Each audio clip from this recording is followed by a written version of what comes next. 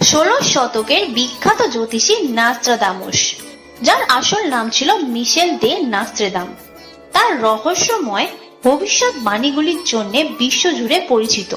তার বিখ্যাত গ্রন্থ লেস প্রফেসিতে তিনি বহু বৈশ্বিক সংকটের কথা লিখেছিলেন। যদিও এই ভবিষ্যৎবাণীগুলি প্রায় প্রতীকী ভাষায় লেখা, তাদের অর্থ অনুধাবন করা বেশ কঠিন।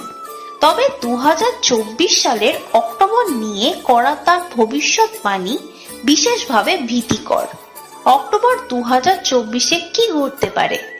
নাস্ট্রাদামুসের ভবিষ্যৎবাণী অনুযায়ী অক্টোবরে 2024-এ বৈশ্বিক সংকট দেখা দিতে পারে। তার মধ্যে যুদ্ধ, প্রাকৃতিক বিপর্যয় এবং সামাজিক অস্থিরতা প্রধানভাবে উল্লেখিত। ইরান ও ইসরায়েলের মধ্যে চলমান উত্তেজনা এবং যুদ্ধ পরিস্থিতির কথা মনে রেখে এই ভবিষ্যৎবাণীকে সম্পূর্ণ উড়িয়ে দেওয়া যায় না। রাজনৈতিক অস্থিতিশীলতার দিকেও ইঙ্গিত করেছেন তিনি, যা বিশ্বজুড়ে বিরাট প্রভাব ফেলতে পারে।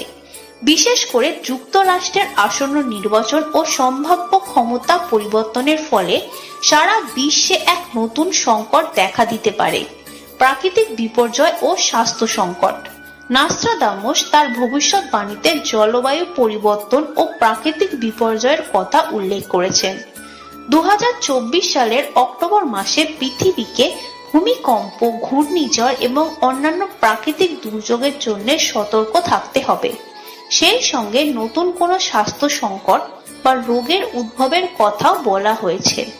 মানব জাতির উপর একটি নতুন স্বাস্থ্য সমস্যা আঘাত হানতে পারে, যার জন্য মানুষকে সতর্ক থাকা প্রয়োজন।